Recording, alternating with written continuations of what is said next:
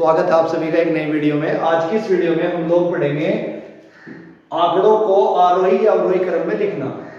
सबसे पहले हमें ये पता होना चाहिए कि आरोही क्रम क्या होता है और अवरोही क्रम क्या होता है। यहाँ पर हमने कुछ आंकड़े दिए हैं, जिस संख्या दी हुई है 9, 2, 7, 4, 8, 5, 6, 10, 20, 16, 13 व 19। इनको हमें आरोही क्रम और अवरोही क्रम में लिखना है।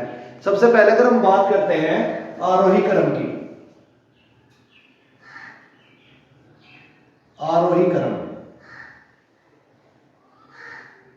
आरोही क्रम का मतलब होता है बढ़ता हुआ क्रम, बढ़ता हुआ क्रम, बढ़ता हुआ क्रम। तो हमें क्या करना है, सबसे पहले ये देखना है कि इसमें सबसे छोटी संख्या क्या दी है। इन संख्याओं में सबसे छोटी संख्या देखनी है, उसके बाद उससे बड़ी, फिर उससे बड़ी, फिर उससे बड़ी, इस तरीके से बढ़ते हुए क्रम में हम लिखते जाते हैं। तो ये हमारा आरोही क्रम हुआ। इसमें हम देखेंगे सबसे छोटी संख्या क्या है, यहां पर 2 है तो 2 लिख लेंगे।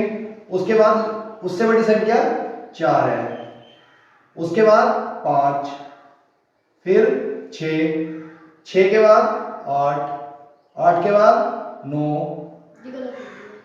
या 6 के बाद दिए 7, 6 के बाद 7 के बाद 8 के बाद 9 के बाद 10 और 10 के बाद फिर संख्या दी है 13,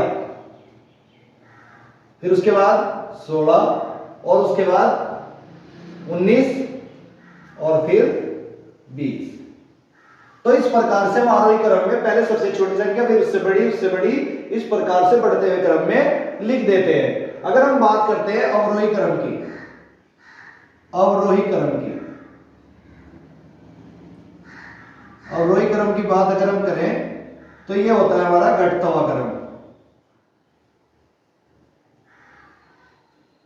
घटता हुआ क्रम। घटता हुआ क्रम में मतलब जो भी आंकड़े दिए हों उनमें पहले हमें सबसे बड़ी संख्या देखनी है, उसके बाद छोटी, फिर छोटी, फिर छोटी। तो इसमें हम बात करें तो सबसे बड़ी संख्या हमारी 20 है, 20 के बाद उससे छोटी संख्या 19 है, 19 के बाद 16, 16 के बाद 13, 13 के बाद 10 और 10 के बाद 9, 9 के बाद 8 के बाद 7 और 7 के बाद हमारे पास संख्या है 6, फिर 5, फिर 4, 3 हमारे पास है नहीं तो उसके बाद 2।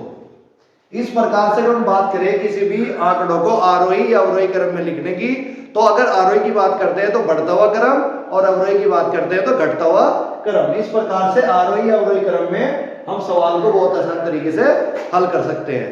Thank you very much.